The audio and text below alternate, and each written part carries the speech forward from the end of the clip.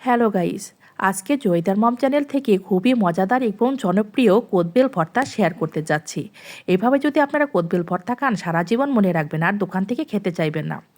কিভাবে তৈরি করলাম পুরো ভিডিওটা দেখে নিন।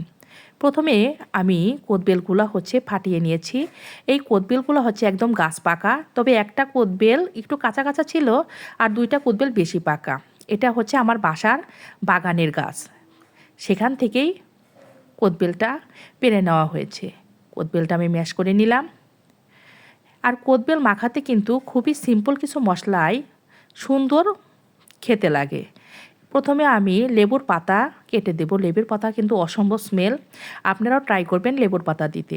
আমি কাঁচির সাহায্যে চিকন চিকন করে কেটে দিলাম। তারপর দেব পরিমাণ মতো চিনি। চিনি একটু অ্যাড করতে হয়, না দিলেই নয়।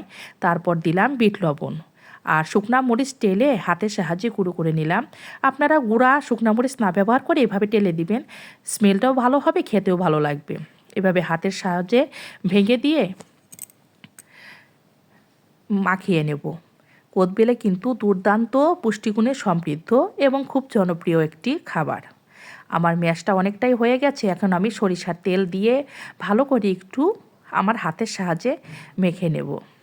আপনারা চাইলে চামচের সাহায্যে মেখে নিতে পারেন, তবে হাতের সাহায্যে কিন্তু মাখানোটা সুন্দর হয়। আমার কোদবেল মাখাটা হয়ে গেছে। এখন আমি উপর থেকে লেবুর পাতা ছড়িয়ে দেব। দেখতেও সুন্দর লাগবে আর খেতেও সুন্দর হবে। তৈরি হয়ে গেল আমাদের সুস্বাদু এবং জনপ্রিয় কোদবেল ভর্তা। এভাবে আপনারা বাসায় ট্রাই করে দেখবেন, ভালো লাগবে।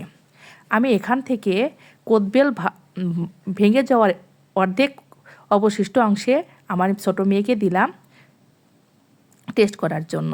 তৈরি হয়ে গেল আমাদের সেই কোদবেল ভর্তা। যদি আমার এই ভর্তাটা ভালো লাগে বা আমার ভিডিওগুলো ভালো লাগে, তাহলে অবশ্যই লাইক কমেন্ট শেয়ার করবেন। অবশ্যই জয়িতার মম চ্যানেলটাকে সাবস্ক্রাইব করে দেবেন। ধন্যবাদ।